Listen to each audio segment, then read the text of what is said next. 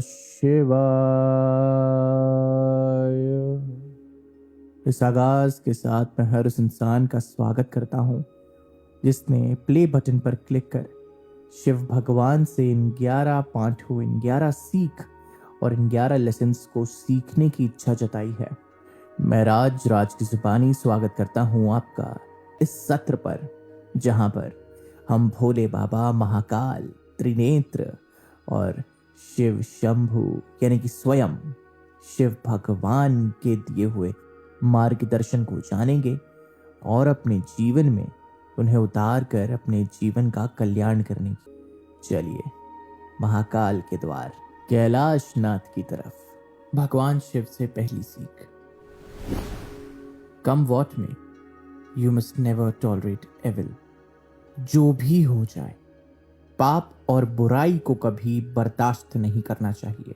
भगवान शिव को कहा जाता था, अंग्रेजी में एक वाक्य है, द डिस्ट्रॉयर ऑफ एविल, जिसके मायने हैं बुराई और पाप को नष्ट करने वाला। इसके सबसे बड़े उदाहरण हैं भगत सिंह। वो अपने आप में तो एक नास्तिक थे, मगर भगवान शिव की सीख पर उनका नाम और उनका काम सटीक बैठता है। उनसे अंग्रेजी शासन का न्याय सहन नहीं हुआ।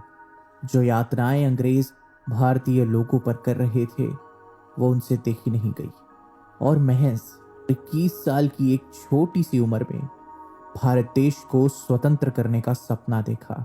दिल्ली के संसद भवन में जाकर बम का धमाका किया और बहरे सोए हुए ब्रिटानिया के साम्राज्य के कान खड़े कर दिए और अंग्रेजों को भारत देश में बहरा कर दिया। क्रांति के संग्राम में भगत सिंह का नाम सबसे ऊपर लिया जाने लगा और आज भी भारत देश के सबसे महान और सबसे वीर क्रांतिकारी है, जिस पर डर कभी काबू न कर पाया और जिससे अन्याय, पाप और बुराई कभी सहन नहीं हो सकी। बने रहिए हमारे साथ शिव भगवान से दूसरी सीख जानने के लिए, जो कहती है आत्मनियंत्रण जीवन को पूर्णता से जीने की कुंजी है। भला क्यों और कैसे, ये जानने के लिए आने वाली इस दूसरी सीख को जरूर सुनिएगा।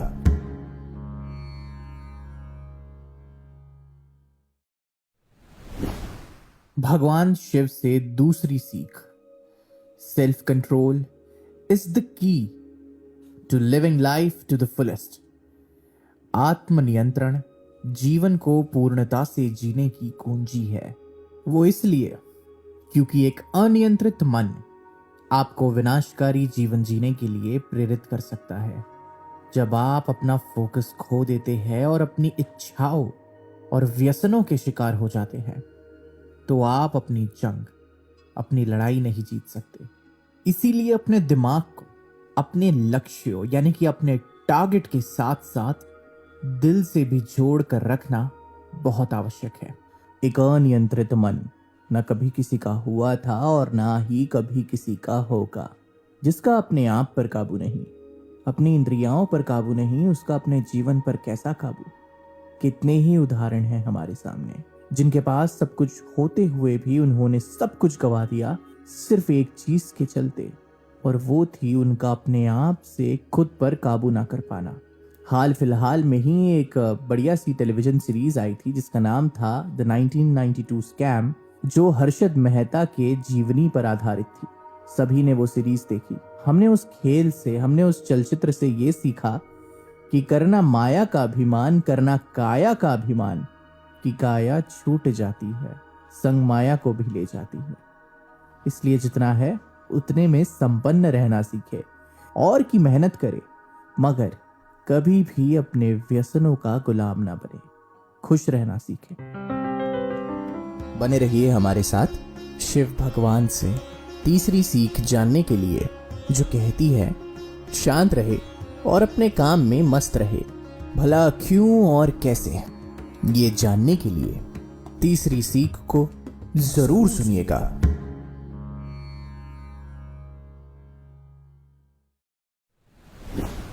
भगवान शिव से तीसरी सीख, ये सबकी पसंदीदा होगी। Keep calm and carry on. शांत रहे और अपने काम में मस्त रहे। वैसे मैं आपको ये बता दूं कि शिव भगवान को महायोगी कहा जाता है। उन्होंने ब्रह्मांड की भलाई के लिए घंटों ध्यान लगाया था। उनके मन की शांत स्थिति केवल अत्यधिक कारणों से परेशान थी, लेकिन वह हमेशा ध्यान की स्थिति में ही होते थे। इस प्रकार इस तथ्य को उजागर करते हुए कि किसी समस्या को सुलझाने के लिए आपके मन का शांत होना वास्तव में सबसे अच्छी रणनीति है। अब भला हिंदुस्तानी होते हुए हमें इस सीख के लिए कोई दूसरा उदाहरण चाहिए जो हमारे बीच में ना हो। सबसे बड़ा उदाहरण इस सीख का है महेंद्र सिंह धोनी, हमारे कप्तान, जिनका जीत में भी एक सा स्वरूप और हार में भी एक सा स्वरूप। खेल असमंजस में हो तो भी एक सा स्वरूप और खेल मुट्ठी में हो तो भी एक सा स्वरूप। और ये स्वरूप है शांति का, जो उन्हें दिलाता है विजय और जो उन्हें आज बना गया है इस देश का एक कीर्तिमान खिलाड़ी जिसे सदैव याद किया जाएगा। और इनकी सबसे बड़ी ताकत क्या है? इनका गुस्सा, इनकी चुस्ती, इनकी स्फूर्ति? जी नहीं, जो इनकी सबसे बड़ी खूबी है वो है इनका अपने आप पर शांति का कवच ओढ़े रखना। कोशिश कीजिए, क्या पता शायद आपको भी काम आ जाए। स्वयं पर संतुलन और मन का शांत होना अत्यंत जरूरी है। बने रहिए हमारे साथ शिव भगवान से चौथी सीख जानने के लिए, जो कहती है कि भौतिकवादी खुशी लंबे समय तक नहीं रहती। भला क्यों और कैसे, ये जानने के लिए चौथी सीख को जरूर सुनिएगा।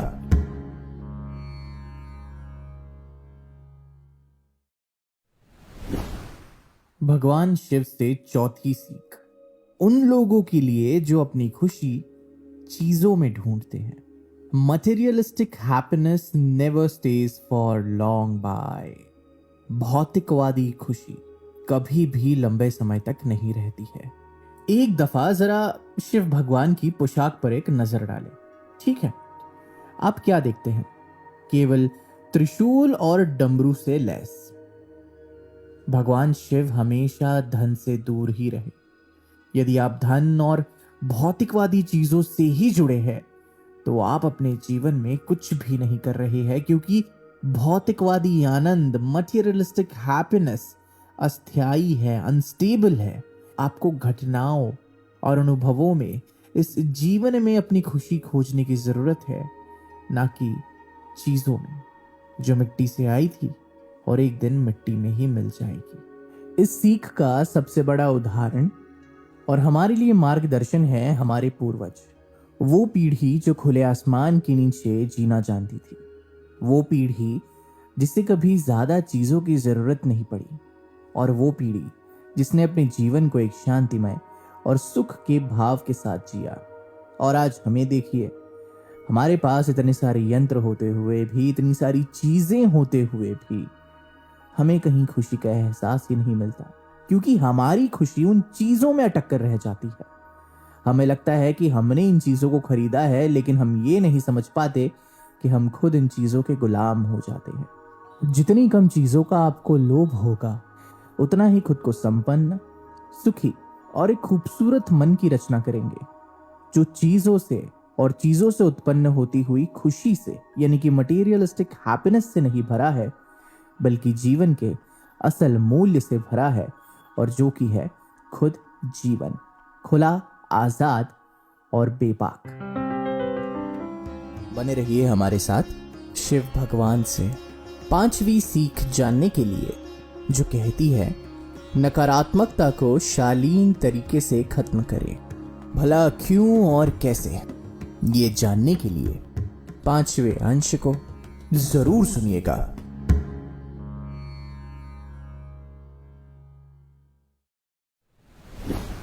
भगवान शिव से सीख number 5। You must learn how to suppress negativity gracefully. नकारात्मकता को इनायत, एक शालीन और आसान तरीके से दबाए और खत्म करे। महाकाल शिव भगवान एक नीलकंठ थे, क्योंकि उन्होंने हलाहल नाम का जहर निगल लिया था, विष निगल लिया था, जो समुद्र मंथन के दौरान निकला था। केवल शिव भगवान ही इस विष को पी सकते थे और इसे अपने गले में दबा कर रख सकते थे। इस घटना से पीछे हटने का महत्वपूर्ण सबक हमारी प्रगति में नकारात्मकता लाना है और इसे सकारात्मकता में, पॉजिटिविटी में बदला जाए, इसी पर आधारित है शिव भगवान की ये सीख। जब कोई साथ नहीं होता तब भी बस उसे एक ईश्वर का साथ आपके साथ हमेशा होता है, और जब हर कोई साथ होता है तो आपको अहम के झलकावे के कारण ऐसा प्रतीत होता है कि ये सब तो मेरे वजह से है, लेकिन नहीं, ये सब भी सिर्फ उस एक ईश्वर के ही आशीर्वाद के कारण है।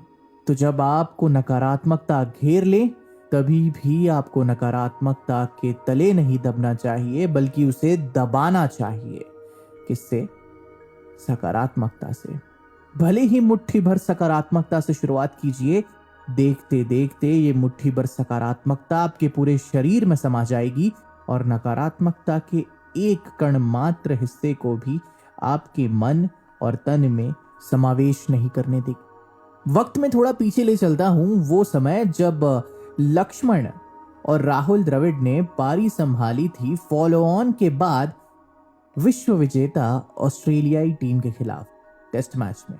सभी को लगा था कि भारत तो ये खेल मुंह की खाएगा, लेकिन भरोसा, विश्वास और एक पॉजिटिव अफर्मेशन हमें जीत दिला गया लक्ष्मण और राहुल द्रविड़ के बल्लेबाजी के बदौलत।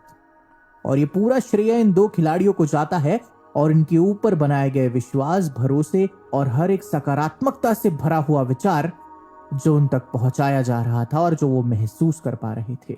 हर एक भारतीय क्रिकेट टीम फैन की गूंज से जो उस वक्त स्टेडियम में मौजूद थे, और वो फैन भी जो टीवी सेट पर घर पर होते हुए भी उनसे अपनी आस लगा रहे थे और अपनी ऊर्जा उन तक पहुंचा रहे थे।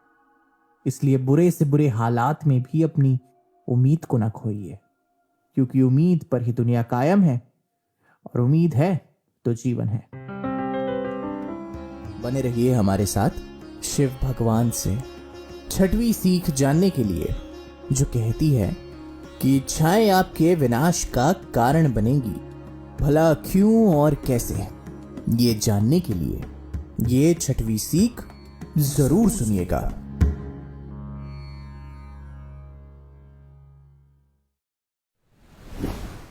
भगवान शिव से छठी सीख। Desires lead to obsessions and obsessions lead to destruction. इच्छाएं एक सन की जुनून की ओर ले जाती है और ये सनक से भरा हुआ जुनून आपके विनाश का कारण बनता है। क्योंकि शिव भगवान इच्छाओं से मुक्त थे, महाकाल ने कभी भी चीजों पर ध्यान नहीं दिया।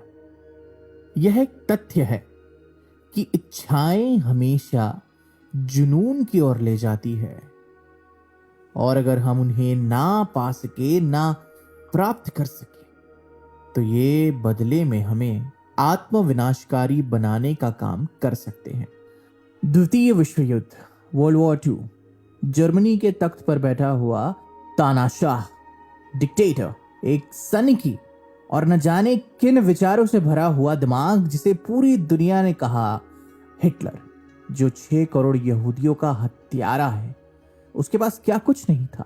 जर्मनी उस वक्त के दौरान काफी प्रगतिशील देश था। धन, दौलत, सेना, ताकत और उनके देश के लोग सभी सुख, समृद्धि और भरपूर जीवन का आनंद ले रहे थे। लेकिन एक सन की सोच, एक दीवानगी, ये कि मैं बनूंगा पूरे विश्व का राजा और हथियाऊंगा, कब्जा करूंगा पूरे यूरोप पर। इस घटना ने पूरे इतिहास को बदल कर रख दिया। द्वितीय विश्व युद्ध का आगाज हुआ जब जर्मनी ने अपने से कमजोर देशों पर हमले के साथ शुरुआत की और यूरोप पर जंग का ऐलान कर दिया। हुआ क्या?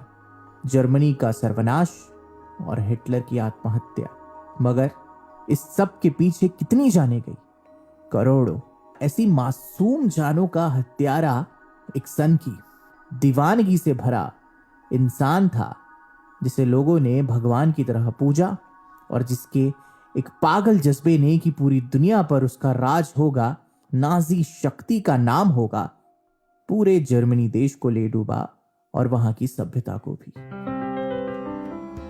बने रहिए हमारे साथ शिव भगवान से 7वीं सीख जानने के लिए, जो कहती है कि अपने साथी का सम्मान करिए, भला क्यों और कैसे। ये जानने के लिए आने वाली शिव भगवान से 7वीं सीख को जरूर सुनिएगा।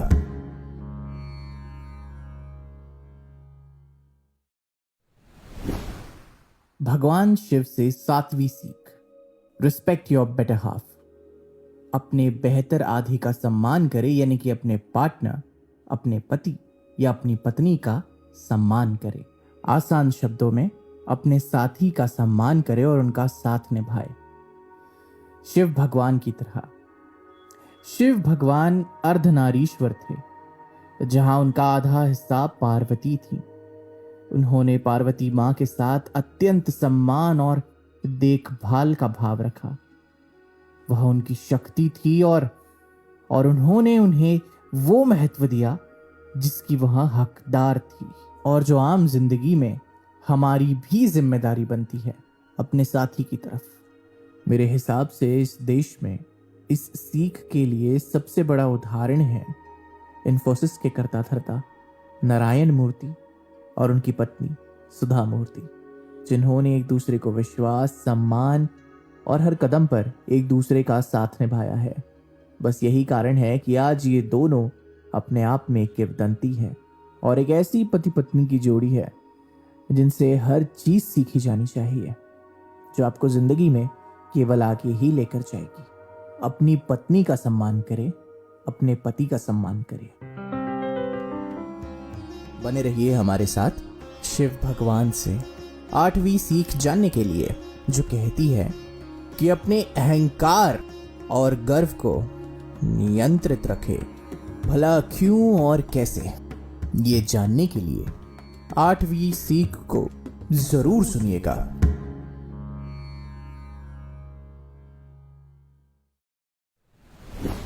शिव भगवान से 8वीं सीख, you must control your ego and let go of pride. आपको अपने अहंकार को, घमंड को नियंत्रित करना चाहिए और गर्व से जितना दूर हो सके उतना रहना चाहिए, शांत मन से। आपका अहंकार, आपका घमंड एकमात्र ऐसा काम है जो आपको महानता प्राप्त करने से रोकता है। यही आपका अहंकार आपके लक्ष्यों और आपके सपनों के बीच आता है और आपको कम प्यार करने वाला बनाता है। ऐसा कहा जाता है कि शिव भगवान ने अपने अहंकार को बनाए रखने के लिए अपने त्रिशूल को धारण किया।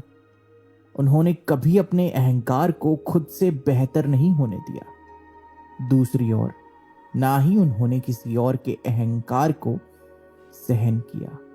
अब उदाहरण की हम बात तो करेंगे, लेकिन उससे आपको बस एक ही समझ ये मिलेगी कि अहंकार इतना बड़ा शत्रु है कि उसने शिव भगवान के परम भक्त तक को नहीं छोड़ा और उसे अपने मौत के द्वार तक पहुंचाया। शायद आप समझ ही गए होंगे कि मैं यहां किसकी बात कर रहा हूं। लंकाधिराज परम शिव भक्त दशानन रावण, जिसके पास इतनी ताकत, इतना ज्ञान, इतना पांडित्य और स्वयं शिव शंभू का आशीर्वाद था, आखिर अहंकार ने उसे भी मिट्टी में मिला ही दिया। अपने अहंकार के नशे में धुत होकर उसने ये ना जाना कि वो जो कर रहा है वो अधर्म के पक्ष का कार्य कर रहा है, और परम शिव भक्त होने के बावजूद और स्वयं महाकाल का वरदान होने के बावजूद आखिर अहंकार ही दशानन रावण के विनाश का कारण बना। बने रहिए हमारे साथ शिव भगवान से 9वीं सीख जानने के लिए, जो कहती है कि किसी भी चीज को करने से पहले उसके बारे में पूरा शोध करें, भला क्यों और कैसे। ये जानने के लिए 9वीं सीख को जरूर सुनिएगा।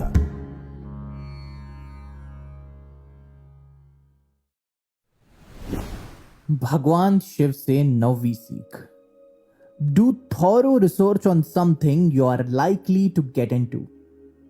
किसी ऐसी चीज पर पूरी तरह से शोध करें जिसमें आप जाने की संभावना रखते हैं। शिव भगवान महाकाल के जटाओं में बंधी, मेरा मतलब है बालों में गंगा, अज्ञानता के अंत का प्रतीक है। इसका मतलब है कि आपको पता होना चाहिए कि आप क्या कर रहे हैं। तथ्यों के बारे में इनकार करने से मदद नहीं मिलेगी और केवल असफलता का ही द्वार खुलते रहेगा। पहले जानो, फिर उसमें आगे बढ़ो। उदाहरण के तौर पर आपको एक मिसाल बताता हूं कि ऐसा कहा जाता है बड़े बड़े विख्यात विज्ञानियों द्वारा कि बड़ी से बड़ी जंग ताकत से नहीं बल्कि इंफॉर्मेशन से जीती जाती है, जानकारी से, खुफिया जानकारी। और जिस इंफॉर्मेशन को हथियाने के लिए बड़े से बड़े खिलाड़ी अपनी जान की बाजी तक लगा देते हैं, फिर सिपाही मोहरों की तरह उस जानकारी, उस इंफॉर्मेशन के हिसाब से धावा बोलकर अपने लक्ष्य को पाते हैं और दुश्मन को उसके अंजाम तक पहुंचाते हैं। मगर यह बहुत जरूरी है कि जंग में जाने से पहले अपने दुश्मन को, यानी कि अपने चैलेंज को अच्छे तरीके से जानना, बूझना, समझना, परखना वेरी इंपॉर्टेंट, बहुत जरूरी है। एंड जी हाँ, इट शुड बी कंपलसरी। जंग तो लड़ी जाती है, मगर एक जंग और होती है जो जंग के मैदान के बाहर लड़ी जाती है, और वो जंग होती है अपने दिमाग को सही जानकारी से भरने की, जो आपको सही वक्त पर काम आए। बने रहिए हमारे साथ शिव भगवान से 10वीं सीख को जानने के लिए, जो कहती है कि सब कुछ अस्थायी है। उसके बारे में पूरा शोध करें, भला क्यों और कैसे। ये जानने के लिए 10वीं सीख को जरूर सुनिएगा।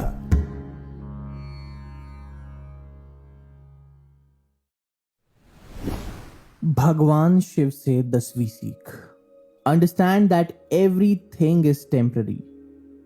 ये समझे कि सब कुछ अस्थायी है। जो आज है कल वो नहीं, परसों शायद ही सही। जो महायोगी होते हैं वो इस मोह माया के जाल में नहीं आते हैं। वे जानते हैं कि जीवन अकाल्पनिक है, इमेजिनरी, और जो आज होता है वो हमेशा के लिए होने वाला नहीं है। समय बदलता है और हम भी वक्त के साथ बदलते रहते हैं। और फिर आखिरकार महायोगियों में सबसे आदि योगी है हमारे शिव भगवान। तो समझिए कि जीवन में जो आज है वो शायद कल नहीं होगा, because nothing is permanent and everything is temporary. अब इसका मैं क्या ही उदाहरण दूं। आपने ये बात पिछली दफा भगवत गीता के दौरान भी जानी थी, एक सीख के रूप में, और ये इंसानी जिंदगी की असलियत है। परिवर्तन ही संसार का नियम है और कभी भी कोई चीज हमेशा के लिए वैसी नहीं रहती। वक्त बदलता है, इंसान बदलते हैं, हालात बदलते हैं। कोई राजा से रंग तो कोई रंग से राजा, कोई अर्श से फर्श तो कोई फर्श से अर्श। यही जीवन का चक्का है, कभी उत्तर कभी दक्षिण। आप कब कहां पहुंच जाए या कब कहां से निकल आए, कभी कोई इसका दावा नहीं कर सकता। बस यही जीवन है और इसी तरह इसे जीते जाना है। रुकिए मत, अपने आप पर से भरोसा ना खोइए।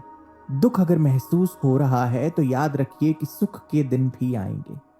बस चलते रहिए, और जिस जिस कदम के साथ आप चल भी रहे हैं ये भी याद रखना कि आपकी दिशा बदल रही है और आप रास्ते में आगे बढ़ रहे हैं, और हर कदम आप अपने आप तक को बदल रहे हैं।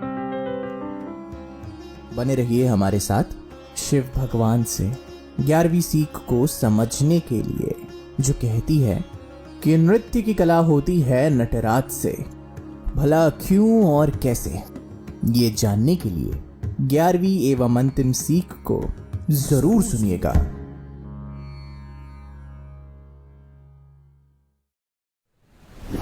शिव भगवान से 11वीं सीख। वैसे ये सीख तो सभी बच्चों को और सभी एंथुजियास्टिक डांसर्स को पसंद आएगी, क्योंकि ये सीख सिखाती है आपको नाचने की कला, डांस करने की कला। और अगर शिव भगवान की आराधना में कहा जाए तो शिव तांडव। भगवान शिव त्रिनेत्र, इन्हें एक और नाम से पुकारा जाता है, वो है नटराज, यानी कि नृत्य के राजा, द किंग ऑफ डांस। और इन्हें पूरे विश्व में इसी रूप में जाना जाता है। यद्यपि उनके इस तांडव ने दुनिया को नष्ट कर दिया था, प्रलय के मुख पर लाकर खड़ा कर दिया था, लेकिन यह भी एक कला थी जो इनसे हम इंसानों को मिली है। और जिन लोगों को इस कला का इस्तेमाल पूर्ण रूप से आता है, उनके लिए यह कला किसी वरदान से कम नहीं। तो जी खोल कर नाचे, बिल्कुल शिव भगवान की तरह, लेकिन तांडव ना करे, क्योंकि वो सिर्फ शिव भगवान ही कर सकते हैं जब उन्हें अत्यंत क्रोध का एहसास होता है। तो सुनिए आपने 11 सीख, 11 लेसन्स फ्रॉम त्रिकाल त्रिनेत्र भोलेनाथ कैलाशनाथ शिव शंभू, शिव भगवान की, जो देती है आपको जीवन और मृत्यु का मार्गदर्शन। राज की जुबानी सिर्फ और सिर्फ कुकू FM पर सुने जो मन चाहे। जय भोलेनाथ।